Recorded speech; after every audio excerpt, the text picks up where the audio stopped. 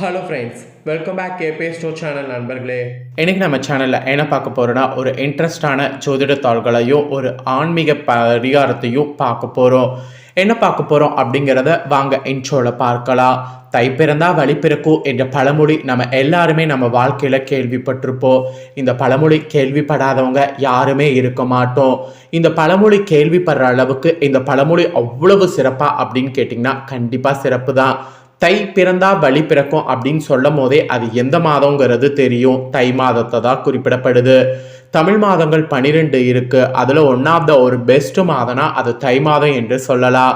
தமிழர்களுடைய திருநாளாக கருதப்படக்கூடிய பொங்கல் பண்டிகை தை மாதத்தில் தான் கொண்டாடப்படும். தை 1ஆம் தேதி பொங்கல் பண்டிகை, தை 2 மாட்டு பொங்கல், தை 3 காணு பொங்கல், இந்த மாதிரி தைல பொங்கல் விழா வரிசையாக 4 நாள் பயங்கரமாக கொண்டாடப்படும். ஸோ தைல அது மட்டும் ஸ்பெஷல் கிடையாது. தைல வரக்கூடிய பூச நட்சத்திரம் சிறப்பு, தைல வரக்கூடிய வெள்ளி சிறப்பு, தைல வரக்கூடிய செவ்வாய் சிறப்பு, தைல வரக்கூடிய அமாவாசை சிறப்பு, தைல வரக்கூடிய பௌர்ணமி சிறப்பு, இந்த மாதிரி தைல நிறைய சிறப்பு தினங்கள் சொல்லிக்கொண்டு போகலாம். அப்படி இப்போ தை பிறந்து தைல பொங்கல் பண்டிகைலாம் முடிந்து இப்போ அடுத்தடுத்து ஒவ்வொரு சிறப்பான நாட்கள் வருது. அதில் இப்போ தைப்பூசமும் தை பௌர்ணமியும் சேர்ந்து வருது. பிப்ரவரி 1ஆம் தேதி தை 18ஆம் நாள் ஞாயிற்றுக்கிழமை அன்னைக்கு தான் இந்த அற்புதமான நாளானது வருது. இந்த அற்புதமான நாளில் கிரகங்களால் ஏற்படக்கூடிய மாற்றங்களால் அடுத்த சில நாட்கள் ஒவ்வொரு ராசிக்காரங்களுக்கும் தலையெழுத்து மாறும். அப்படி மாறக்கூடிய தலையெழுத்தை அந்தந்த ராசிக்காரங்க தெரிஞ்சு பலன் பெறணுங்கிறதுனால ஒவ்வொரு ராசிக்கும் என்ன தலையெழுத்து அப்படிங்கிறத ஷேர் பண்ணிட்டு வரேன். அதில் இன்னைக்கு இந்த வீடியோவில் மகர ராசிக்காரங்களுக்கு ஷேர் பண்ண போகிறேன். மகரம் ராசியில் பிறந்த நேயர்கள் யாராக இருந்தாலும் இந்த ஒரு வீடியோவை ஸ்கிப் பண்ணாமல் பாருங்கள். உங்கள் ராசிக்கு இந்த தைப்பூசத்தில் பௌர்ணமியில் கிரகங்களால் என்ன பலன் கிடைக்க போகுது அப்படிங்கிறத தெரிஞ்சு அதற்கேற்ப நடந்து பயன் பெறுங்க. அதோடு இன்னொரு முக்கியமான தாள்களையும் பார்க்க போகிறோம். அது என்னன்னா தைப்பூசத்துடைய பரிகாரம். இந்த பூசம் சாதாரண பூசம் கிடையாது, ரொம்ப சிறப்பான பூசம். இந்த தைப்பூசத்தன்னைக்கு இந்த ஒரு பரிகாரம் செய்தீங்கன்னா இந்த வருடமே உங்களுக்கு சூப்பராக அமையும். அதனால் அது என்ன பரிகாரங்கிறதையும் பார்க்கலாம். முதல்ல பரிகாரத்தை பார்க்கலாம், அதுக்கப்புறம் உங்களுக்கான பலன்களை பார்க்கலாம் வாங்க. ஒவ்வொரு மனதிலையும் இன்று ஆறாத வடுவாக ஆறாத ரணமாக இருப்பது கடன் பிரச்சனை தான். கடன் இல்லாத வாழ்க்கை கவலை இல்லாத வாழ்க்கை, கடன் இல்லாத வாழ்க்கை கஷ்டம் இல்லாத வாழ்க்கை, கடன் இல்லாத வாழ்க்கை கலவரம் இல்லாத வாழ்க்கை, கடன் இல்லாத வாழ்க்கை கம்பீரமான வாழ்க்கை.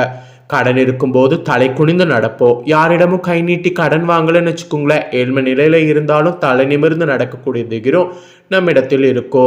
முதல்ல இரவு நிம்மதியான தூக்கத்தை கடன் இல்லைனாவே பெறுவோம். இத்தனை பிரச்சனைகளுக்கு காரணமாக இருக்கக்கூடிய கடனை அடைக்க வேண்டும் என்றால் இந்த ஞாயிற்றுக்கிழமை நாளை நாம் பயன்படுத்தி கொள்ள வேண்டும். கடனுக்கு காரணமாக இருப்பது செவ்வாய் பகவான். இந்த ஞாயிற்றுக்கிழமையோடு சேர்ந்து தைப்பூச திருநாள் வந்திருக்கு. ஸோ இந்த நாளை தவற விடலாமா? கண்டிப்பாக விடக்கூடாது. நீங்கள் கோவிலுக்கு சென்றாலும் சரி, வீட்டில் இருந்தாலும் சரி, இந்த ஒரு பரிகாரத்தை மட்டும் முருகனை நினைத்து செய்து விடுங்க. காலத்திற்கும் கஷ்டம் இல்லாமல் கடன் இல்லாமல் சந்தோஷமாக வாழலாம். நீங்கள் செய்ய வேண்டிய அந்த எளிமையான பரிகாரம் என்ன, அதை இப்போ நான் உங்களுக்கு சொல்கிறேன். அந்த ஆன்மீக பரிகாரத்தை தெரிஞ்சுக்குங்க. இது தைப்பூச முருக பரிகாரம். முருகன் என்றாலே 6 முகன், 6 நட்சத்திரங்களை கொண்ட கோலம், 6 விளக்கு, அறுபடை வீடு, இப்படி சொல்லிக்கொண்டே செல்லலாம். இதில் பொதுப்படையாக இருப்பது 6. ஸோ 6 1 ரூபாய் நாணயங்களை பரிகாரத்துக்கு எடுத்துக்கொள்ளுங்க.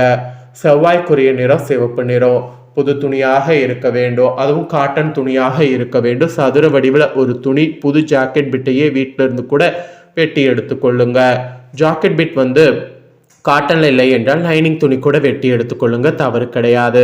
ஆனால் பயன்படுத்தாத புது துணியாக இருக்க வேண்டும். அந்த புது துணியை ஒரு முறை தண்ணீரில் போட்டு நினைத்து காய வைத்து பரிகாரத்துக்கு பயன்படுத்த வேண்டும், அவ்வளவுதான். இந்த தினம் தைப்பூசத்து அன்னைக்கு முருகப்பெருமான் முன்பு நீங்கள் இதை செய்ய வேண்டும். வீட்டில் இருந்தாலும் சரி, கோவிலில் இருந்தாலும் சரி, உங்கள் முன்பு ஒரு முருகர் படம், முருகர் சிலை, வேல் எது இருந்தாலும் சரிதான். அந்த இடத்துல அமர்ந்து 6 1 ரூபாயை சிவப்பு துணியில் வைத்து முடிச்சு போட்டு கட்டி கொள்ளுங்க. கண்களை மூடி, முருகா என்னுடைய கடனை எல்லாம் குறைத்து விடு, என்னுடைய கஷ்டங்கள் எல்லாம் போக்கிவிடு என்று பிரார்த்தனை செய்து கொள்ளுங்க. ஒருவேளை உங்களுக்கு திருமணம் நடக்க வேண்டும், குழந்தை பாக்கியம் கிடைக்க வேண்டும், நல்ல வேலை கிடைக்க வேண்டும் என்ற பிரார்த்தனை இருந்தாலும் வைக்கலாம், தவறு கிடையாது. அந்த 6 1 ரூபாயும் அந்த துணியில் வைத்து முடிந்து உங்கள் கையிலேயே வைத்து கொள்ளுங்க. முருகனை நம்பிக்கையோடு பிரார்த்தனை செய்யுங்க. பிரார்த்தனை முடித்துவிட்டு அந்த முடிச்சை நீங்கள் வீட்டில் இருந்தால் பூஜையில் வைத்து விடுங்க. நீங்கள் வைத்த வேண்டுதல் நிறைவேறிய பின்பு இது முருகன் கோவில் உண்டியில் செலுத்துவதாக வேண்டிக் கொள்ளுங்க. வேண்டுதல் பழித்தவுடன் உங்களால் எந்த முருகன் கோவிலுக்கு செல்ல முடியுமோ உங்கள் வீட்டுக்கு பக்கத்தில் தெருவில் இருக்கக்கூடிய முருகன் கோவிலுக்கு சென்றாலும் சரிதான், அல்லது பிரபலமான முருகன் கோவிலுக்கு சென்று இந்த காணிக்கை செலுத்தினாலும் சரிதான். இந்த தினம் முருகனை நினைத்து இந்த வேண்டுதலை வைத்து ₹6 சிவப்பு துணியில் வைத்து முடித்து போட்டுவிட்டால் அந்த முடிச்சு அந்த முருகப்பெருமான் உண்டியில் சேர வேண்டும். அதற்கான வேலைகள் கடகடவென நடக்கும். உங்கள் பிரச்சனைகளை முருகன் பார்த்து கொள்வார். இந்த முடிச்சு எப்படியாவது முருகன் கோவில் உண்டியில் சேர வேண்டும் என்பது மட்டும்தான் இந்த பிரபஞ்சத்தின் பெரிய நோக்கமாக இருக்கும். அப்போது நீங்கள் வைத்த அந்த வேண்டுதல் சீக்கிரம் பழிப்பதற்குண்டான அத்தனை வேலைகளும் நடக்கும். அவ்வளவு சக்தி வாய்ந்த பரிகாரம் இது. இந்த தினம் நீங்கள் கோவிலில் இருந்தால் முடிச்சு அப்படியே பேக்கில் வைத்து வீட்டுக்கு கொண்டு வந்து வீட்டு பூஜையில் வைக்கலாம், தவறு கிடையாது. நம்பிக்கை இருக்கிறவங்க பரிகாரத்தை செய்து பலன் பெறுங்க. இது எளிய முருக பரிகாரம் தைப்பூசத்துக்கு. ஸோ இந்த தைப்பூசத்தில் இந்த பரிகாரம் செய்திங்கன்னா உங்கள் கஷ்டம் கண்டிப்பாக தீரும். இப்போ நெக்ஸ்ட்டு உங்கள் ராசிக்கான பலனை பார்க்க போகிறோம். கிரகங்களால் உங்கள் ராசிக்கு என்ன பலன் கிடைக்கும் அப்படிங்கிறத நான் சொல்கிறேன். அந்த பலனை தெரிஞ்சுக்குங்க. அந்த பலனை தெரிஞ்சு அந்த பலன்களுக்கேற்ப நடந்து பலன் பெறுங்க. சரி, உங்கள் ராசிக்கான பலன்களை பார்க்கலாமா? வாங்க. ஆக்சுவலி கிரகங்கள் எப்படி இருக்கோ அதை பொறுத்து தான் உங்களுக்கு என்ன பலன் கிடைக்கும் அப்படிங்கிறத சொல்ல போகிறேன். ஸோ கிரகங்கள் எப்படி அமைஞ்சிருக்கு அப்படிங்கிறத ஃபஸ்ட்டு நீங்கள் தெரிஞ்சுக்குங்க. ஸோ கிரகங்கள் எப்படி அமைஞ்சிருக்கு அப்படிங்கிறத வாங்க இப்போ அதிரடியாக உங்களுக்கு பார்க்கலாம். ஸோ பிரச்சனையில் பின்வாங்காமல் எதிர்த்து நிற்கக்கூடிய நீங்கள் சமூக அவலங்களை தட்டி கேட்பவர்கள்.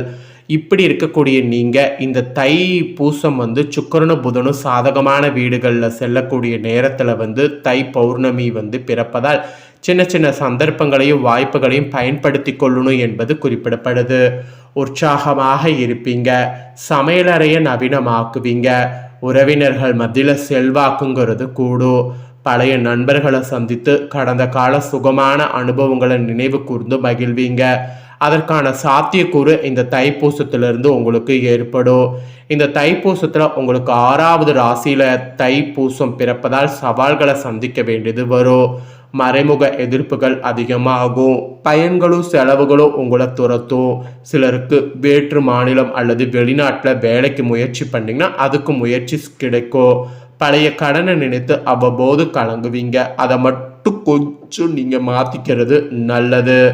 அதுக்கப்புறமேட்டு குரு பகவான் 4ல் அமர்றதுனால உங்களுடைய அடிப்படை நற்குணங்களும் நடத்தை கோலங்களும் மாறாமல் நீங்கள் உங்களை கொஞ்சம் பார்த்து கொள்ளணும். ஓய்வெடுக்க முடியாதபடி அடுத்தடுத்த வேலை சுமை இருந்து கொண்டே இருக்கும். அதில் வீடு வாகனம் வாங்க வங்கி கடன் உதவி சற்று தாமதமாக கிடைக்கும். தாயாருடைய உடல்நிலை பாதிக்கும். வாகன விபத்துக்கள் நீங்கும். சிலர்லாம் சொந்த ஊரில் இருந்து வேறு ஊருக்கு மாற்ற வேண்டியது வரும். அதெல்லாம் கொஞ்சம் பார்த்தீங்கன்னு வச்சுக்கோங்களேன், நீங்கள் பார்த்து ஹேண்டில் பண்ணும். அதுக்கப்புறமேட்டு குரு உங்கள் ராசிக்கு 5ல் நுழைவதால் ஓரளவு வசதி வாய்ப்புகள் பெருகும். வருமானத்தை உயர்த்த அதிரடியாக சில திட்டங்கள் தீட்டலாம். வீட்டில் சந்தோஷம் பெருகும். கல்யாணம், காதுகுத்து, கிரகப்பிரவேசம் என இந்த தைப்பூசத்துக்கு பிறகு முயற்சி பண்ணிங்கன்னா வீடு கலக்கட்டும். குழந்தை பாக்கியம் உண்டாகும். பிள்ளைகளுடைய பிடிவாத போக்கு மாறும். பூர்வீக சொத்து பிரச்சனை முடிவுக்கு வரும். தாயாருக்கு இருந்து வந்த நோய் உங்களுக்கு கண்டிப்பாக குணமடையும். மனக்கசப்பால் ஒதுங்கி இருந்த நண்பர்கள், உறவினர்கள் இனி விரும்பி பேச தொடங்குவாங்க. அதுலேயும் குலதெய்வ கோவிலில் நேர்த்தி கடனை செலுத்துவீங்க. மகளுக்கு நீங்கள் எதிர்பார்த்தபடி நல்ல வரன் அமையும். திருமணத்தை சீரும் சிறப்புமாக நடத்துவதற்கு வாய்ப்பு இருக்கு. மகனுடைய உயர்கல்வி, உத்தியோக சம்பந்தப்பட்ட முயற்சிகள் சாதகமாக முடிவடையும். குலதெய்வ பிரார்த்தனையை நிறைவேற்ற முயற்சி பண்ணிங்கன்னா நிறைவேறும். அப்புறம் இந்த தைப்பூசம் முழுக்க சனி பகவான் 2ல் அமர்ந்து பாதசனியாக தொடர்வதால் வெளுத்ததெல்லாம் பாடாக நினைத்து ஏமாற வேண்டாம். வெளிப்படையாக யாரையும் விமர்சிக்க வேண்டாம். குடும்பத்தில் அவ்வப்போது சச்சரவுகள் வரும். சிலர் உங்களை சீண்டி பார்ப்பாங்க. அதனால் கொஞ்சம் பொறுமையாக இருங்க. எதிர்மறை எண்ணங்களோடு பேசுறவர்களுடைய நட்பை தவிர்த்து விட்டாவே பாதி நல்லது. கண்ணெரிச்சல், பார்வை கோளாறு, பல்வலி, காது வலி போகும். காலில் அடிப்பட வாய்ப்பு இருக்குது. சிலர்லாம் கண்ணை பரிசோதித்து மூக்கு கண்ணாடி அணிய வேண்டிய சூழ்நிலை வரும். நெருக்கடியான நேரத்தில் உங்களை பயன்படுத்தி விட்டு கருவேப்பிலை போய் தூக்கி எறிந்து விட்ட நண்பர்கள் உறவினர்கள் நினைத்து ஆதங்கப்படாதீங்க. யாருக்காகவும் சாட்சி கையெழுத்திட வேண்டாம். கொஞ்சம் நீங்கள் கவனமாக இருந்தீங்கன்னா பெரிய பெரிய ஆபத்துக்கள் ஏற்படாமல் தப்பிக்கொள்ளலாம். ஸோ இதெல்லாம் தாங்க உங்கள் ராசிக்கு கிடைக்கக்கூடிய பலன்கள் என்பது குறிப்பிடப்பட்டிருக்கு. குறிப்பிடப்பட்ட பலன்களை தெளிவாக இந்த வீடியோவில் ஷேர் பண்ணிட்டேன். ஷேர் பண்ணதை தெளிவாக இந்த வீடியோவில் தெரிஞ்சிருப்பீங்க. தெரிஞ்சதுக்கேற்ப நடந்து பயன் பெறுங்க. இந்த வீடியோவை இப்போ நீங்கள் பார்த்து முடிச்சுட்டு இது உடனே லைக் பண்ணி உங்கள் ஃப்ரெண்ட்ஸ் ஃபேமிலிக்கு ஷேர் பண்ணுங்கள். நன்றி, வணக்கம்.